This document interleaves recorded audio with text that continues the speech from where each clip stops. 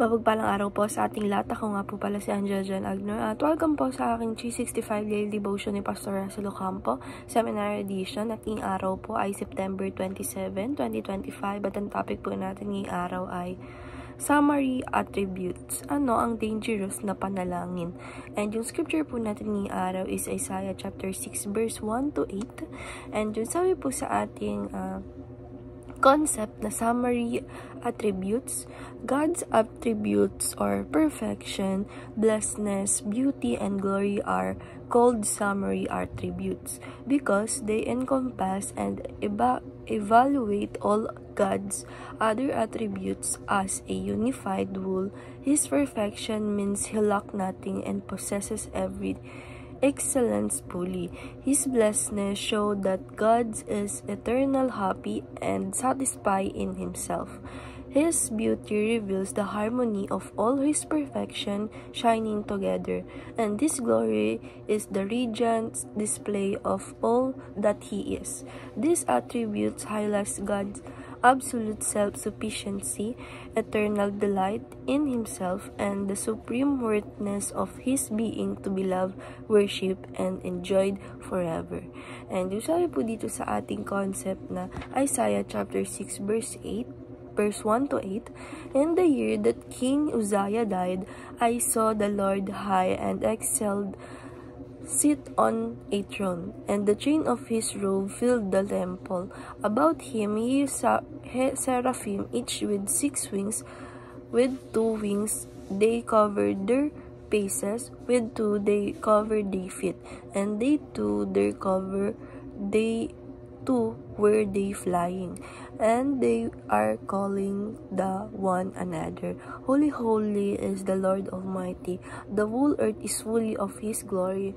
All the sounds of their voices in the doorposts and their whole stock, and the temple was filled with smoke. Woe to me, I cried, I am ruined, for I am man of unclean lips, and I live among these people.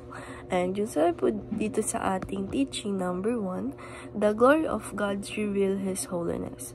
Sabi po dito na yung ating Panginoong Diyos ay, yung glory niya po ay nire-reveal niya by His holiness. Na kapag po na katulad nung nakakita kay Yahweh is talagang sobrang banal ni Yahweh para makita. Kaya po yung mga angels is talagang tinatakapan nila yung mata nila, yung paan nila para sa kabanalan ng ating Panginoong Diyos. Na yung ating Panginoong Diyos daw ay nire-reveal yung kanyang holiness sa atin.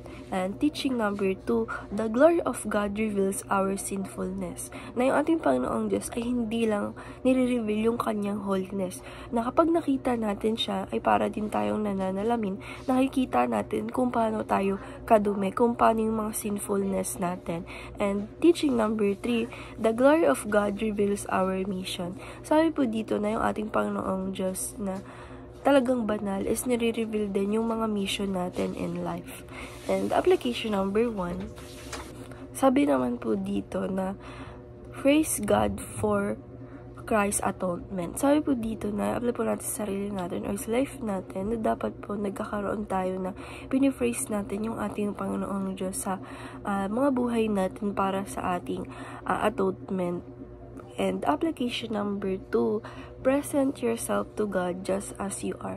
Sabi po dito na apply po natin sa sarili natin or sa life natin na tayo po dapat ay magpakatotoo sa ating Panginoong Diyos, na talagang i-present natin yung sarili natin sa ating Panginoong Diyos kung sino talaga tayo. And application number 3, pray the most dangerous prayer. Sabi po dito na apply po natin sa sarili natin na sa life natin na tayo ay magdasal talaga in the most dangerous prayer, na tayo talaga yung nag-glory tayo or pinipraise natin yung ating Panginoong Diyos sa ating mga panalangin. And dahil lang po ngayong araw, maraming salamat. God bless.